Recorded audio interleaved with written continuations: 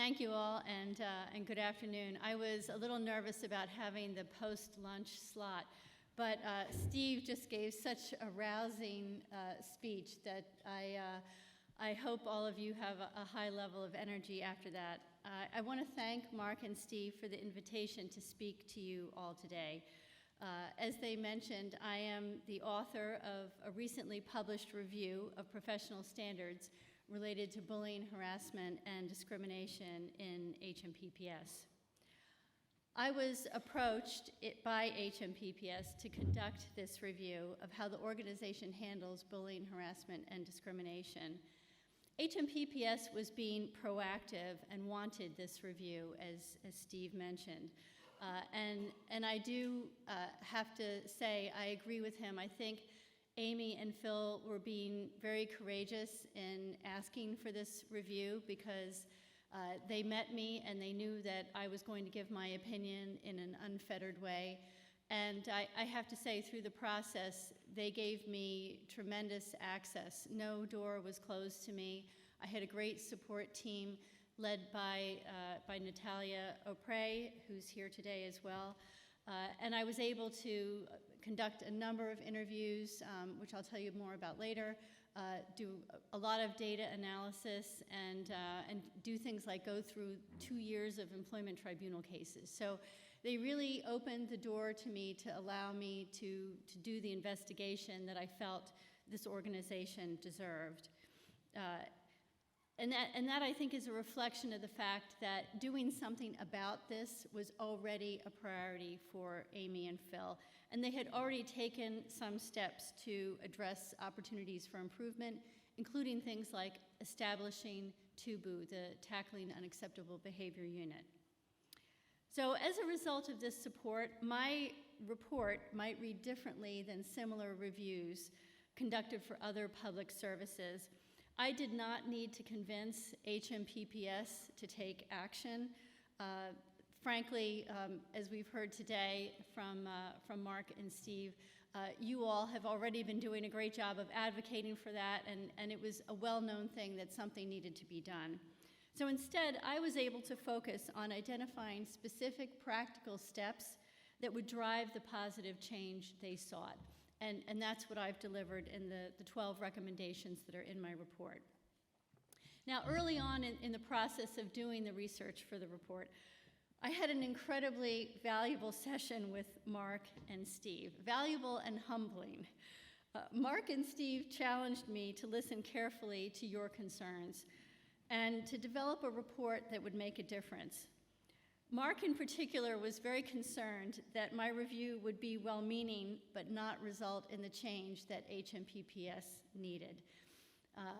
I'm saying that a little more politically than Mark did, but he got his point across, and it was tough for me to hear because I was coming in and wanted to make a difference, but I thought about that conversation a lot as I did my work. And that was one of the lenses and the hurdles that I set for myself, that whatever I produced had to do right by the concerns that the POA had raised to me, and that it had to be something that could be implementable and would make a difference, the change that all of you have sought. So while Mark and Steve were appropriately challenging, they also gave me a gift. They generously offered to put me in contact with POA members who had made bullying, harassment, and discrimination complaints, and I eagerly accepted. This, for me, was really an important gift because I needed to hear firsthand of the experiences that people had. And while I was open about the fact that I was conducting a review, this really fast-tracked things, having people come to me and share their experiences. Those meetings were entirely confidential. They were powerful, upsetting, and sobering, and they gave me insights that I could not have gotten through any other means. So I am very grateful for that support from the POA. Now, some people have asked why I didn't include those stories in my review. Early on, I really picked up on the significant fear of retaliation that permeated this organization in a way that I have not seen in any other organization that I've ever worked with or for. And even though I knew I would try, if I wanted to include the stories in my review, I would heavily anonymize them. I just could not risk inadvertently exposing people. And so the people that spoke to me did so in confidence, and they got my commitment that their stories would stay with me and go no further. But their experiences, while I don't share their stories, their experiences really informed and underpinned the recommendations.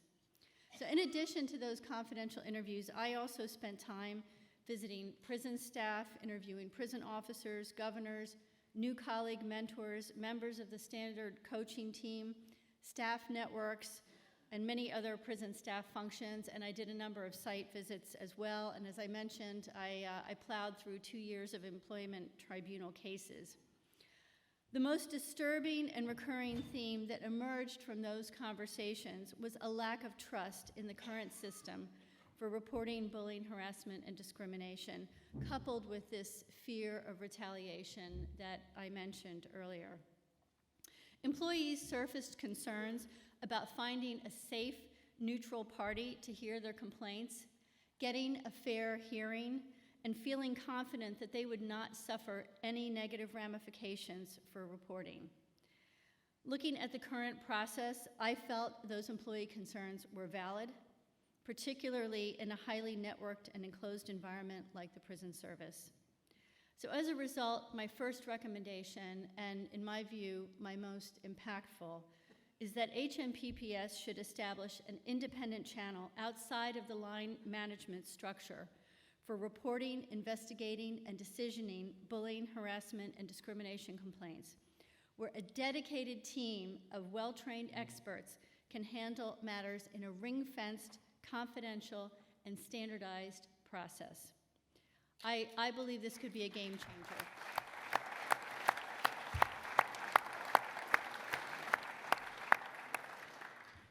Thank you.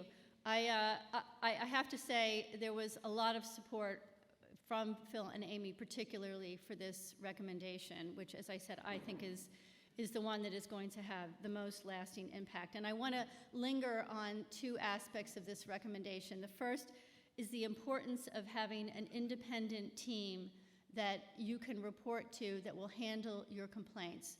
So no longer having to go to your manager or to somebody else in your environment to report your complaints, but to be able to go to an independent group who will do it. And that, I believe, will bring the assurance of a fair outcome to you and tackle this fear of retaliation, because it will be done in this ring-fenced, confidential manner. The second point I want to make on this as part of the recommendation is the importance of having experts do this. It was clear to me, particularly as I looked through the employment tribunal cases, that as much as we could try to train people to handle these kinds of complaints, you might only ever see 1 or 2 in your career, and that doesn't give the expertise to be able to handle it well, whereas having this handled by experts who will do so in a consistent manner, in a professional manner, that should then bring the surety that your complaint is being handled in a confidential, efficient, professional way. Efficiency is important because I heard many, many times it just takes too long to get these kinds of things resolved, right? So that's my point on efficiency. So these are the sort of 2 components, the independence and then having people who do this for a job, who are experts in this. And I believe that those 2 things combined will deliver, be a first step in the change we need. It's not the only step, because there's 11 more recommendations. Don't worry, I'm not going to go through them all. But I am going to move to a second one that I think is a supporting relationship, has a supporting relationship to this first recommendation, and that is to looking at the new independent process. It's not enough to just establish it, right? Let's be honest. Trust has to be built among you, right? You're coming out of years of a system that did not work for you, and so trust has to be built. And how can we do that? Well, one recommendation that I had, again, that has been embraced by HMPPS, is that they should begin reporting metrics on bullying, harassment, and discrimination matters and their outcomes on a regular basis, and by that I mean quarterly, let's say, to all employees. No details, just numbers. So anonymity would be protected, right? But I'm talking about on every quarter, seeing a report that you all would have access to that says, in the last quarter, 100 cases of bullying, harassment, and discrimination were handled by this group, of which 20 were bullying, 30 were discrimination, another 50 were harassment, and of those, the outcomes, 20% resulted in dismissal, 30% resulted in some other form of sanctions, 40% went to remediation, et cetera. So that you can see for yourself that the system is working, that the pipe of complaints is being addressed, and how they're being addressed. And I think that is important in order to start to rebuild trust, so that you can see for yourself that this is working. And it's an important step as well in terms of transparency, right? I think we need more transparency about this matter in general.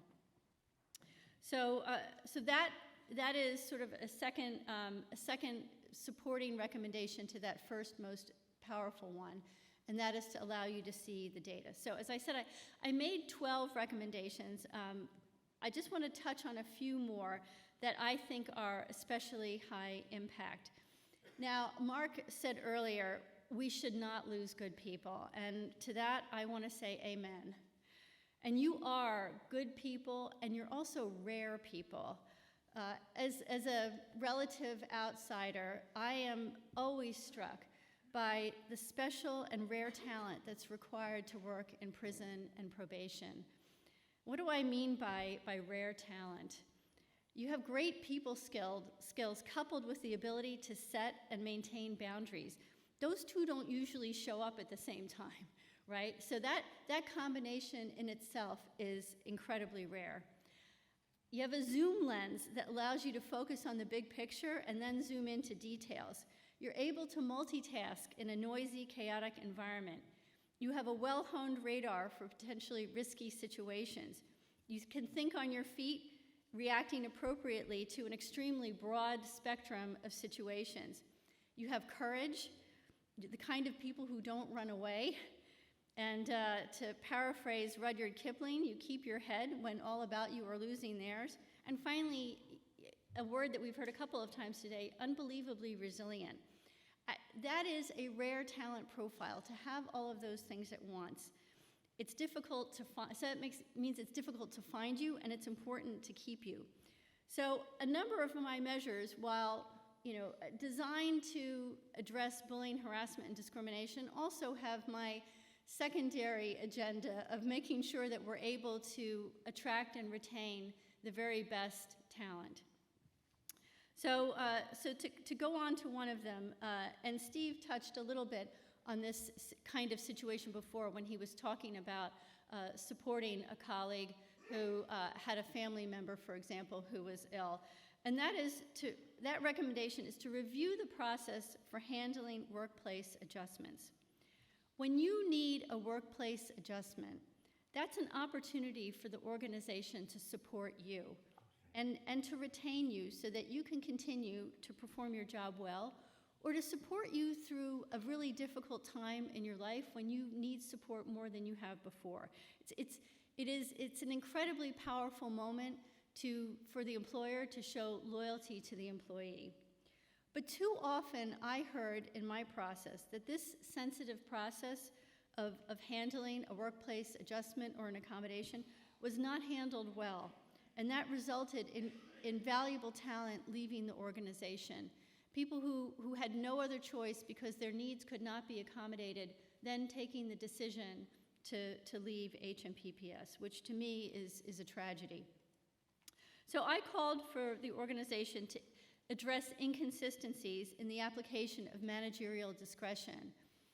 I think there's too much managerial discretion in how workplace accommodations are handled. I think if the occupational health team and the workplace adjustment team support your recommendations, then I think that the manager should just accept that as taken.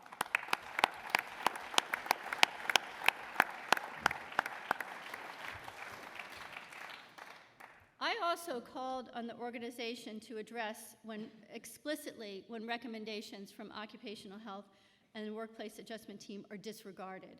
And when that happens, that to me, again, is unacceptable and needs to be justified, because those recommendations, in my view, should just be accepted as they are. And finally, as part of this, I called for them to provide more confidential channels for communicating medical information and adjustments. Frankly, in my view, it's not your manager's business to know why you need an accommodation or an adjustment. You should not have to justify your medical condition to your manager. You will have had that conversation already with occupational health or workplace adjustment who are there to handle this. You should not have to reveal that information, and it should not be part of a managerial discussion unless you choose to share it with your manager.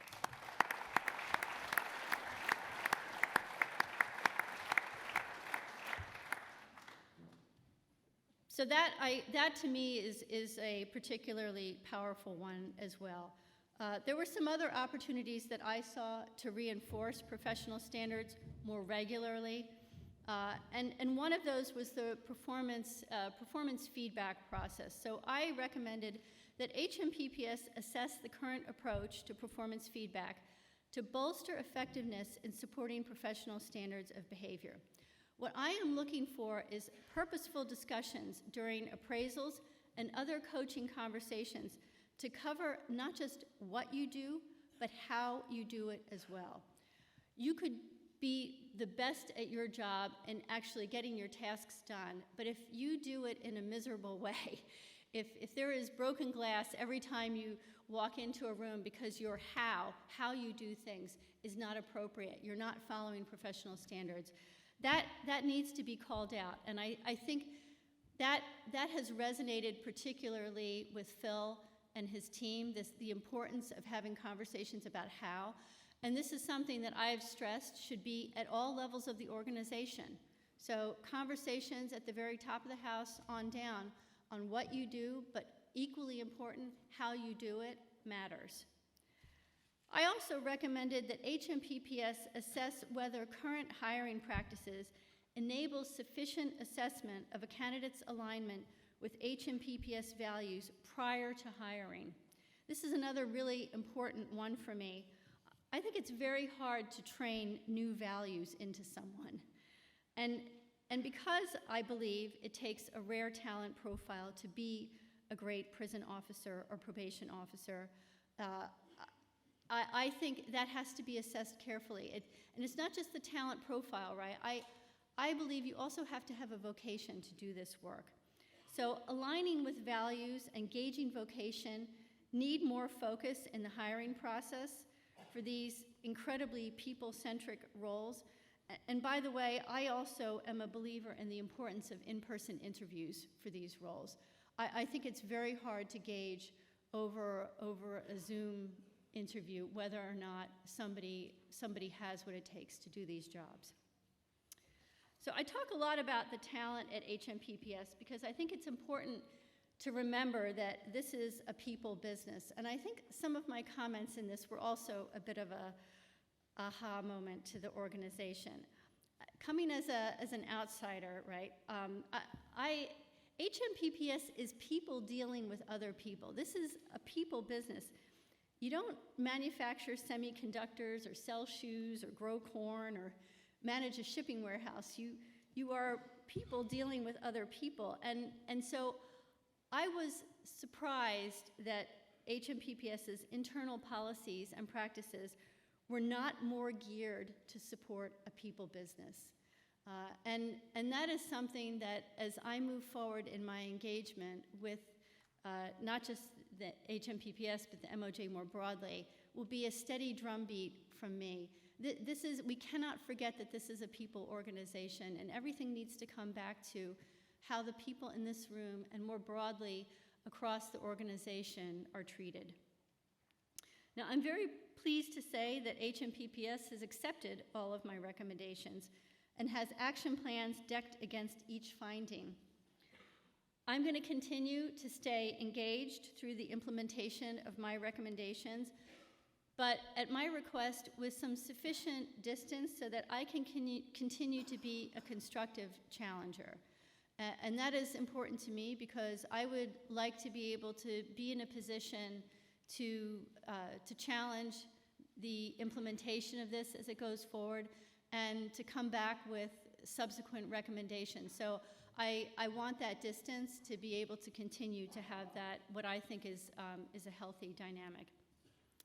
So I'd like to close by thanking Mark and Steve for their early and clearly very influential meeting with me, and for the trust they showed in me by sending some of their members who had experienced bullying, harassment, and discrimination to speak with me. And I don't use that word trust lightly. I can imagine that for them, sending a POA member who, they certainly would have had every reason to believe and think was traumatized by their experience to speak to yet another person, right? That required real trust, and I'm very thankful for that. And to those people who shared those confidential interviews with me, I just want to say that I hope my handling of your sensitive and painful experiences honors that trust, and that my report and recommendations do justice in addressing the challenges that you experienced. Thank you.